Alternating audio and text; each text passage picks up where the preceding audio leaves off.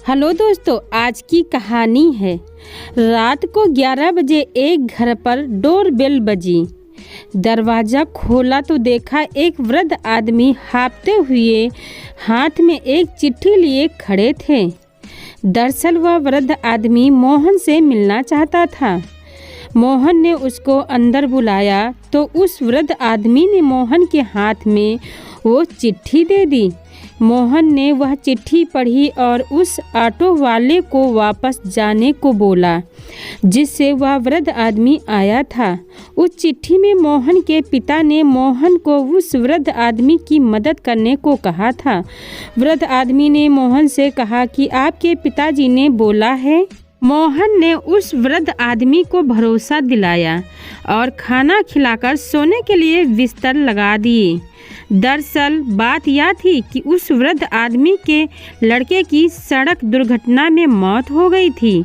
बेटे की मौत के बाद उस आदमी को दैनिक खर्चों के लिए पैसों की ज़रूरत पड़ने लगी। उसके बेटे का डेथ क्लेम किसी कागज़ की वजह से रुक गया था जिसे पूरा करने के लिए दिल्ली जाने की ज़रूरत थी। जो वृद्धा आदमी कभी भी अपने गांव से बाहर नहीं निकला था, इसीलिए उसको दिल्ली जाने में डर लग रहा था। उनके पुराने बॉस ने सहायता करते हुए उन्हें दिल्ली में अपने बेटे मोहन के पास भेजा। अगले दिन सुबह मोहन ने अपने ऑफिस से छुट्टी ली और उस वृद्ध आदमी का पूरा काम करवा दिया। काम पूरा होने के बाद मोहन ने उस वृद्ध आदमी की टिकट भी करवाई और उसको एक मिठाई का डिब्बा भी दिया था। उस वृद्ध ने मोहन को हाथ जोड़कर धन्यवाद दिया और कहा, बेटा तुम्हारे पिता धन्य हैं जो उन्हें तुम्हारी जैसी औलाद मिली है। उस वृद्ध सज्जन ने मोहन से कहा, बेटा अपने पिता के लिए कोई संदेश देना चाहते हो तो उन्हें दे दो। तब मोहन ने कहा, अंकल जी मैं वो मोहन नहीं हूँ जिन्हें आप ढूंढ रहे थे।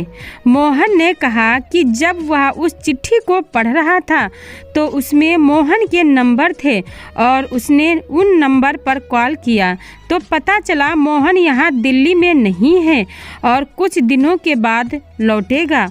उस वृद्ध आदमी ने हैरान होते हुए पूछा, बेटा तुमने मेरे लिए इतनी तकलीफ क्यों उठाई? मोहन ने कहा, मैं आपकी उम्र, उम्मीद और तकलीफ को देखकर मना नहीं कर पाए।